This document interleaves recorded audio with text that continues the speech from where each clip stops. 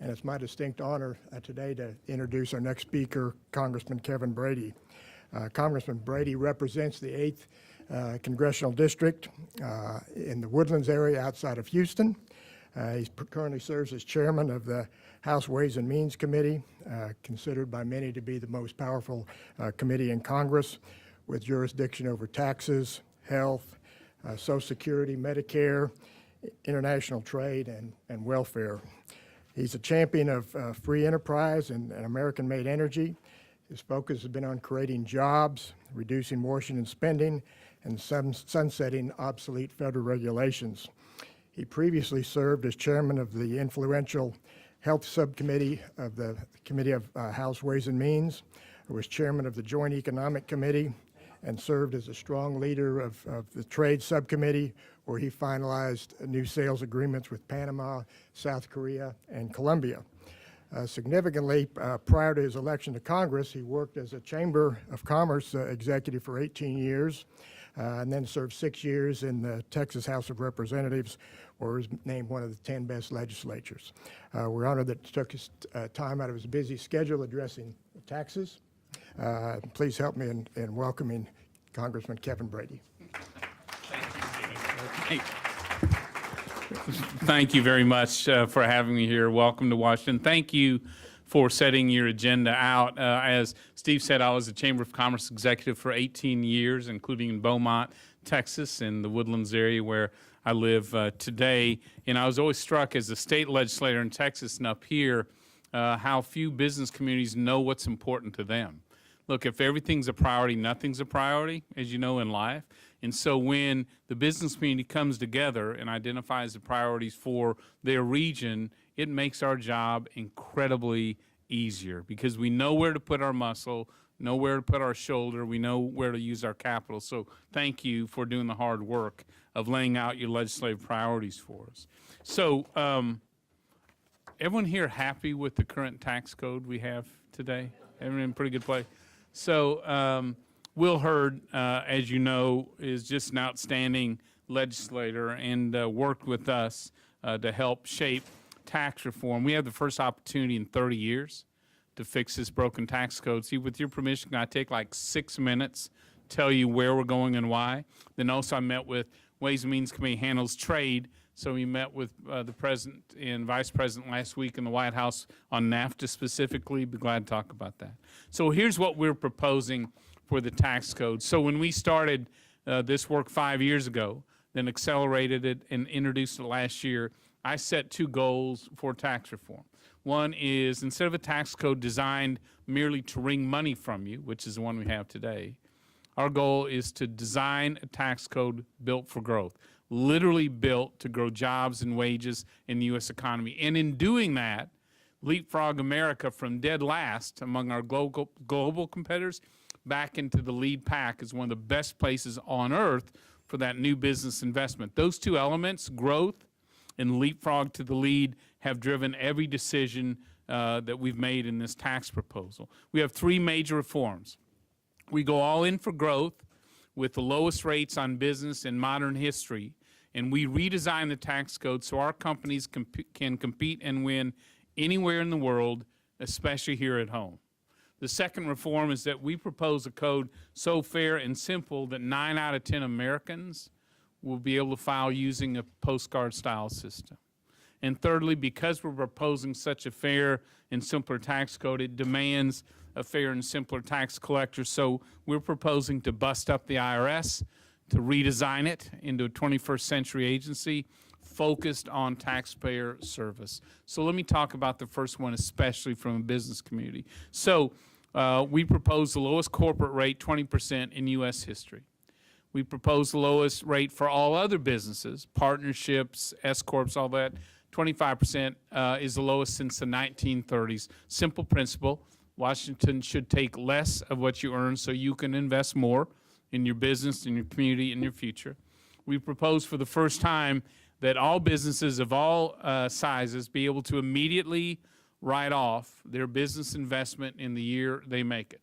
So investments in buildings, equipment, software, technology, capital-intensive industries like energy and others, immediately write off those purchases and carry those losses forward. This is incredibly pro-growth. It is probably the biggest Main Street job provision in that.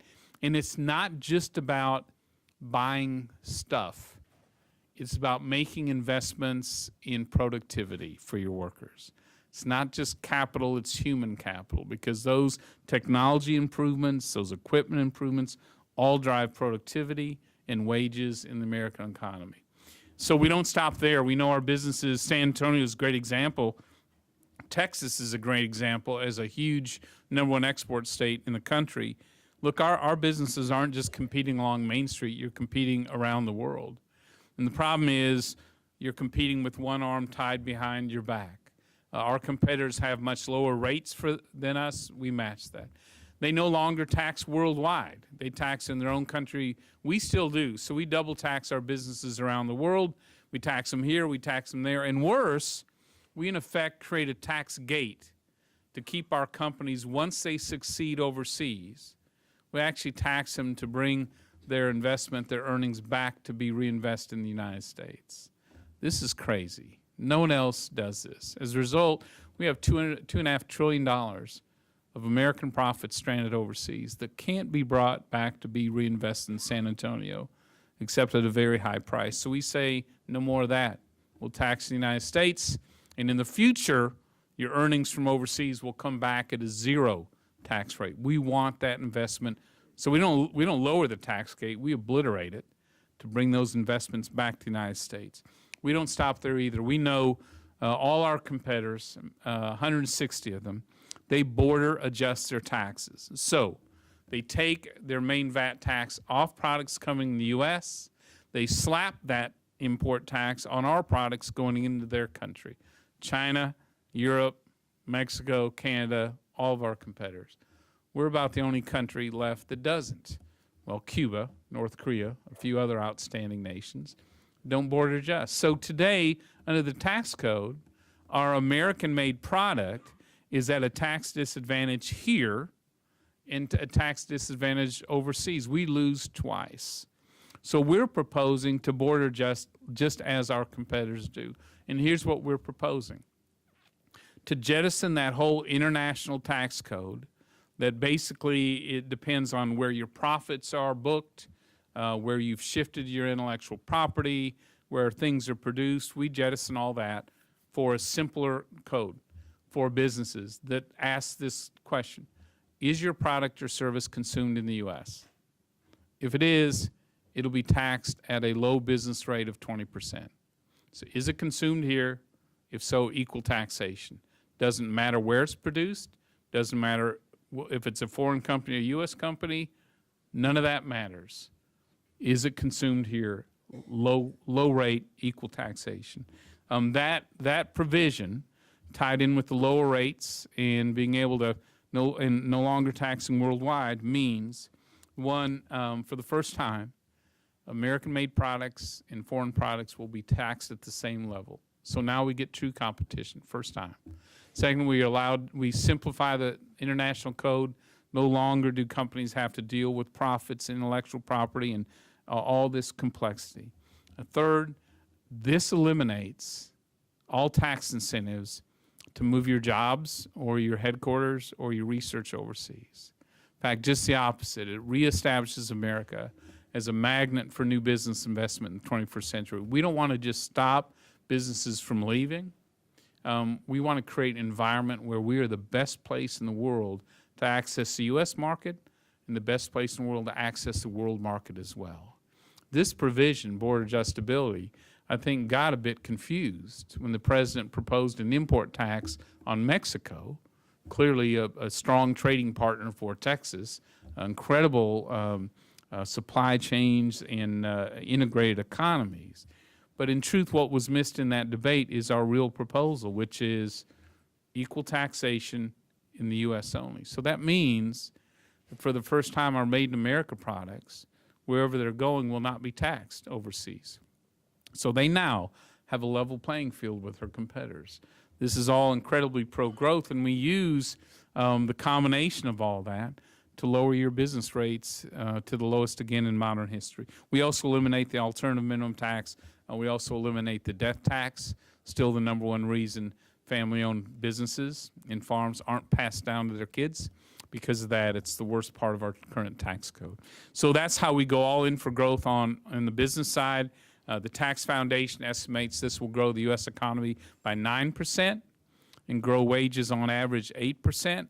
It's been a long time since we've seen any of those numbers in the United States. I can tell you more about the postcard system if you'd like and our plans for the IRS, but with your permission, why don't I stop and take some questions here. And two, if you want to talk about NAFTA and sort of how I see this administration going on trade, we'd be glad to visit about that as well. I think if you tell us about NAFTA, that'd be great. We'd love to hear. Yeah, so I've been involved. I believe in free trade. It is the heart of our economic system. It is the belief that we should have the freedom to buy and sell and compete anywhere in the world with as little government interference as possible. And it works for America. It certainly works for Texas. And I've been involved in 12 of the 14 free trade agreements we've got in place today, so I'm a believer. So President sees NAFTA much differently than I do. He sees the Trans-Pacific Partnership differently as well. But when I left the White House the other day, I was more encouraged than I thought I would be for two reasons.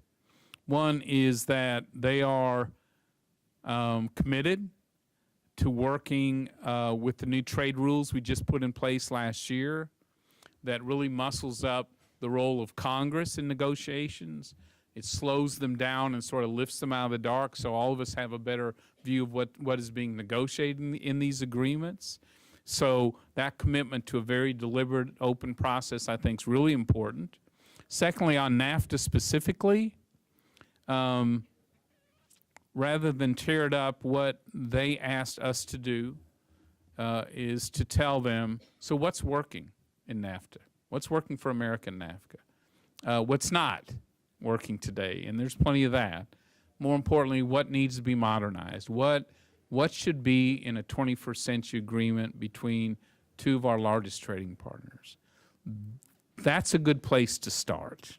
I mean, and those are fair questions because in truth, I've got a long list we've provided them on what's working in NAFTA. We got an equally long list of what needs to be changed and improved. I want to make sure this isn't just about manufacturing. It's about services and agriculture, digital trade, online, where all of our modern economy as well. And, you know, in visiting with the trade teams from Mexico and Canada, you know, if that's the approach, they seem eager to have these discussions as well. And so, look, we need to stay in these regions. We need to stay engaged in trade. It's critically important for the country and to Texas as well. San Antonio, I can't think of a, frankly, region that benefits more. So, you know, I don't know where it goes. I don't know where it ends up. But the start is the right approach as you look at NAFTA. They're looking now at nation-to-nation agreements in Asia-Pacific rather than the regional one, which I thought was the better approach, but still they seem determined, Trump team seems determined in engaging one-on-one. So, yeah. Tell us your thoughts on the use of tax exempt municipal financing. It always ends up kind of above the line when you start looking at tax reform. You know, cities and communities, you know, my company, our water system, City of San Antonio, all great credit ratings. They use that to, you know, build as much as infrastructure as they can.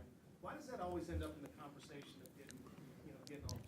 You know, it is, it's not singled out so much as in the broader question of why do you raise federal tax rates in order to subsidize like local debt in financing?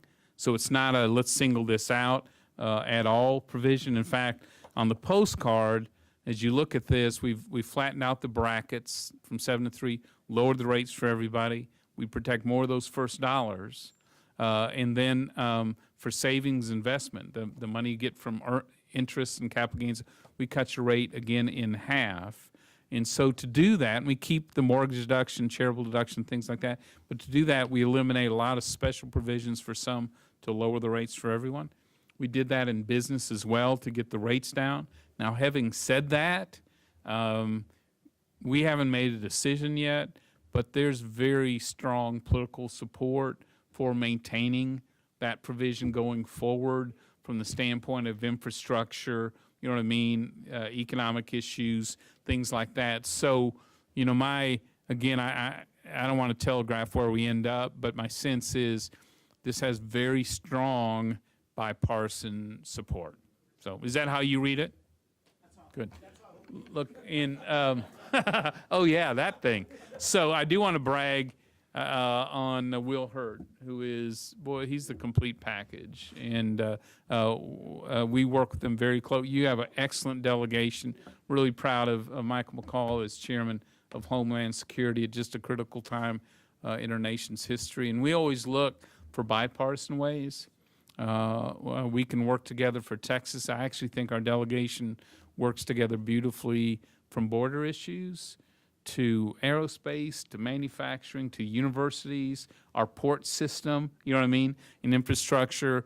There's rarely a time when one of our regions needs help in a key area that we all don't surround them, because we really have a very strong Texas delegation that puts our needs as a state first. So I'm really proud to be able to work with your whole delegation, and proud of Mike's chairmanship as well.